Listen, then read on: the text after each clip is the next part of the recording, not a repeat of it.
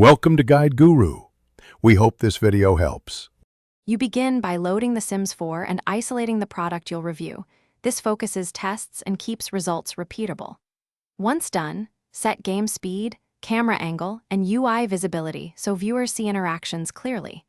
Make sure to record baseline stats like mood, needs, and price before first use.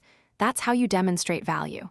You'll also enable cheats if necessary for consistent setups, but explain why you use them so your review stays transparent. You now execute step-by-step tests under controlled conditions so comparisons are valid.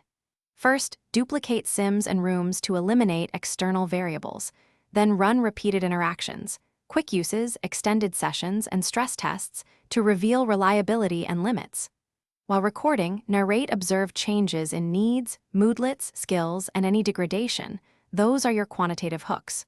Once you've collected footage, annotate timestamps and keep raw clips organized so editing and claims verification are You finish by assembling a concise video, brief intro, clear test sections, summarized results, and a final verdict conveying who benefits most. Once done, overlay on-screen metrics and a price-to-benefit graphic so viewers can decide quickly. Make sure to mention limitations and suggest alternatives. If results look inconsistent, rerun the specific test while documenting the exact environment and mods. That single troubleshooting tip avoids false conclusions and preserves your credibility. Thanks for watching. Consider subscribing if we helped you today.